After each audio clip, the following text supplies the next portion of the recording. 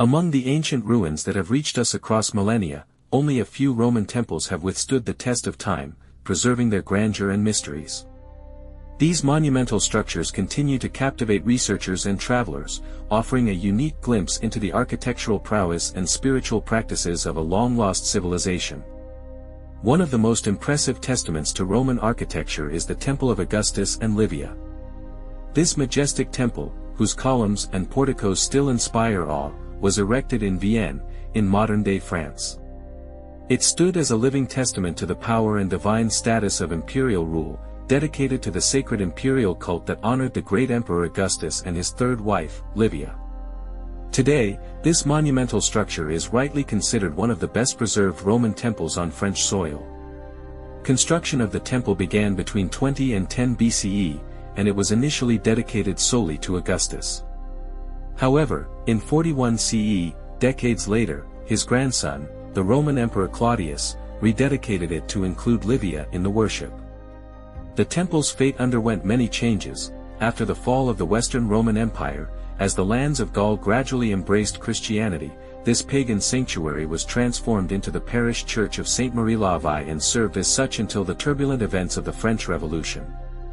It was then that it changed its purpose again, becoming the Temple of Reason, a symbol of a new era. However, the history of the next structure is full of mysteries and surprising twists, as it challenges conventional notions of Roman heritage. We are referring to the Temple of Garni, and its mention comes with important caveats. This architectural marvel was not built by the Romans, and there is a possibility that it was not a temple in the traditional sense at all. Moreover, its current appearance is the result of a meticulous reconstruction that revived only a shadow of its former grandeur, eroded by centuries, rather than an original structure preserved to this day. Nevertheless, its undeniable resemblance to Roman temple architecture makes it worthy of the closest attention. This temple, located in Garni, Armenia, was presumably built between 70 and 80 CE by order of King Tiridates I of Armenia. However, the exact date of its construction remains a subject of intense debate among historians and archaeologists. Some authoritative scholars put forth a bold hypothesis, suggesting that this structure might not have been a temple at all, but rather a magnificent mausoleum for one of Armenia's pro-Roman kings who lived in the 2nd century CE. This argument is supported by the striking structural similarity between the Temple of Garni and several known mausoleums located in Asia Minor. At the dawn of the 4th century, when Armenia adopted Christianity as its state religion, King Tiridates the Great initiated a decisive campaign for the systematic eradication of all ancient pagan sanctuaries located within Armenia. Nevertheless, the Temple of Garni escaped this fate, preserved through the personal plea and influence of his sister, Princess Khosrovedekt. A tragic earthquake in 1679 caused the majestic structure to collapse, after which it remained in ruins for many centuries. It was only towards the end of the 19th century that archaeological expeditions began to study this historical site. The fragments and stones of the ruined temple were carefully preserved, fostering hope for its eventual restoration. Full-scale restoration of the temple was carried out between 1969 and 1975, while Armenia was part of the Soviet Union. Today, this temple is rightly considered the only surviving pagan sanctuary in Armenia and a unique example of classical architecture that still stands in the country. Temple of Augustus in Pula. In the picturesque city of Pula, located on the coast of Croatia, stands a majestic temple dedicated to the first emperor of the Roman Empire, Augustus. An epigraphic inscription carved on the temple's facade serves as important evidence of its construction period. It reads, "To Rome and Augustus Caesar, son of the deified Julius, father of the homeland." Historians and archaeologists agree that its construction likely dates to the late 1st century BCE or the very first years of the 1st century CE. Originally, this sacred complex consisted of a triad of temples located on the bustling forum in Pula. Of these three, only the Temple of Augustus has survived to this day in its pristine condition, escaping the destructive effects of time. Nevertheless, fragments of the back wall of one of the neighboring sanctuaries can still be discerned, integrated into the architecture of the communal palace building erected in the 13th century.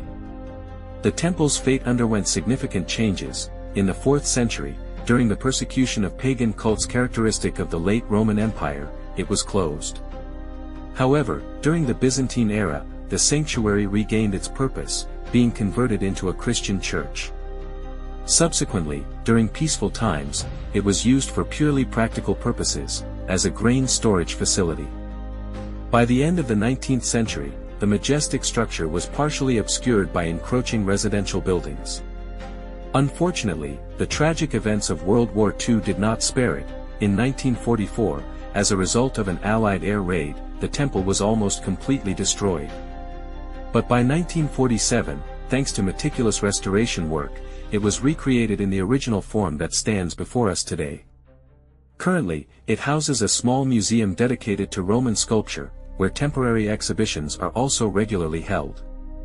Although its dimensions are not as grand as those of monumental temples erected in Rome or other major centers of the empire, it nevertheless remains one of the most outstanding examples of early imperial Roman temple architecture. Maison Carrée. The Maison Carrée, or square house, is an architectural gem located in the city of Nîmes, in southern France. This temple is rightly considered the best preserved Roman sanctuary outside of Rome itself. Its architectural forms serve as a classic, textbook example of how a Roman temple should be constructed, fully adhering to the canons described by the great Roman architect and theorist Vitruvius. Once upon a time, in ancient Rome, a magnificent structure was erected dedicated to Gaius and Lucius Caesar.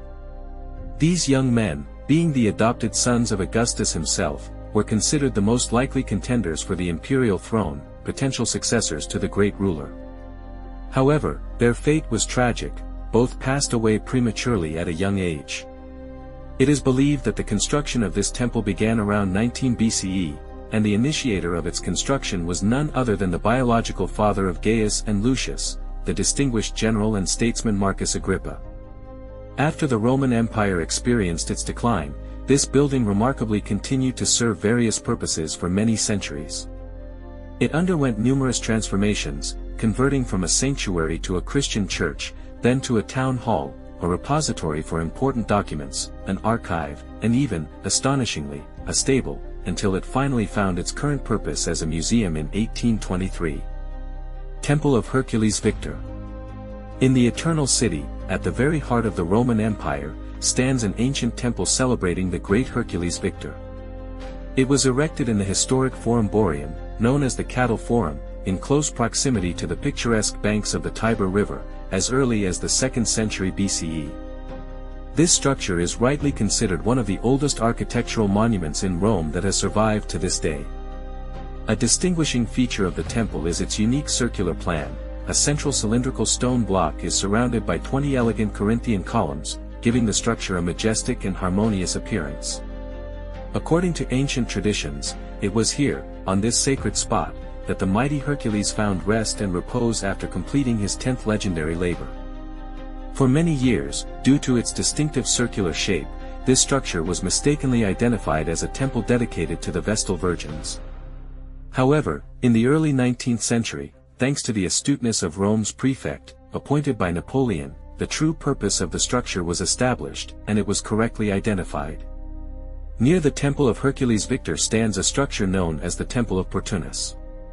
This ancient sanctuary, dating back to the 2nd or 1st century BCE, is rightly considered one of Rome's oldest architectural monuments.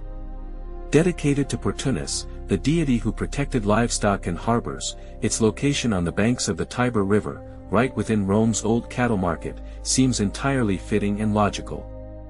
Annually, on August 17th, the Portunalia festival was solemnly celebrated within its walls. Notably, the Temple of Portunus has survived to this day in excellent condition.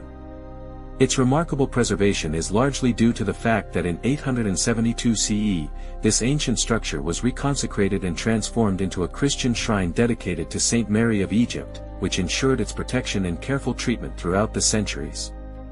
Along with the Temple of Hercules in the Forum Boarium, the Temple of Portunus is an outstanding example of Roman Republican architecture, showcasing its finest characteristics. It is believed that the temple located in Baalbek, Lebanon, was dedicated to the god of wine, Bacchus. Its construction was presumably commissioned by Emperor Antoninus Pius sometime during his reign, specifically from 138 to 161 CE. This majestic structure, however, was not used for its original cultic purpose for an extended period. Its functioning as a pagan sanctuary likely ceased around the 4th century CE, when the Roman Empire began active persecutions of ancient polytheistic religions. There is also a hypothesis that in later times it might have become part of Baalbek's medieval fortifications. The first systematic archaeological excavations at this site were carried out by a German expedition between 1898 and 1903. Subsequently, in 1920, the Lebanese government initiated extensive work for its restoration and partial reconstruction. One of the most notable features of this temple is its ornamentation. It is adorned with some of the most exquisite and well-preserved reliefs that have come down to us from antiquity. Among the majestic architectural monuments of antiquity, the Pantheon stands out as the most exquisitely preserved structure of ancient Rome, having survived through the centuries. Its history is full of dramatic events and repeated revivals. The original version of this temple, conceived by the distinguished statesman Marcus Agrippa, dates back to 27 BCE. Unfortunately, this first incarnation was irrevocably lost due to a devastating fire that occurred in 80 CE. The second version, built during the reign of Emperor Domitian, met a no less tragic fate. In 110 CE, it was struck by lightning, leading to its complete destruction by fire. The current, familiar structure was finally completed during the reign of Emperor Hadrian, approximately by 125 CE, although many historians believe that extensive construction work had already begun under his predecessor, Trajan. According to established tradition, the Pantheon was conceived and designed as a universal temple, dedicated to all Roman gods, which is reflected in its name, derived from the Greek roots pan, meaning all, and theos, which translates to gods. Nevertheless, historians have not been able to find evidence of any cult dedicated to absolutely all deities in ancient Rome, which calls into question its original purpose and leaves its precise function shrouded in mystery to this day. It is well known that Emperor Hadrian regularly used this majestic structure for Senate meetings, indicating its versatility. Moreover, the famous 1st-century writer Pliny the Elder claimed that inside the Pantheon once stood statues of important deities such as Venus and Mars, as well as the deified Julius Caesar, emphasizing its sacred and commemorative significance.